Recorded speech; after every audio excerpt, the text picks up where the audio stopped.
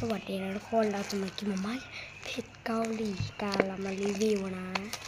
พร้อมนี่เรามาแกะกันเลยนี่เราจะมารีวิวนะสำหรับใครไม่เคยกิน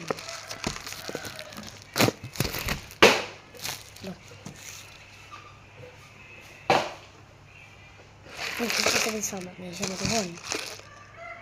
มันจะมีสองด้านมันจะมีด้านนี้แล้วก็ด้านนี้ให้เราเปิดด้านนี้ก่อน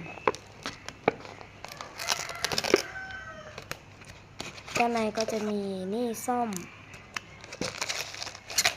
ผงกับน้ำเชื่อม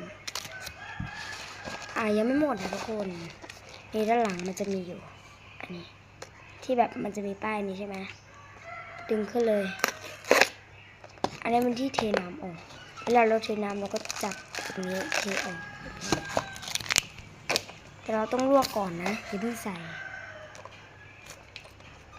นี่เราจะวางตรงนี้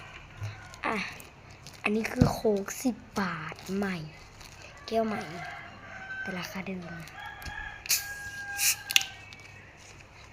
ก็เล็กกว่าเดิมนะเนี่ยอร่อยสำหรับวันนี้ก็ขอตัวลาไปก่อนบ๊ายบาย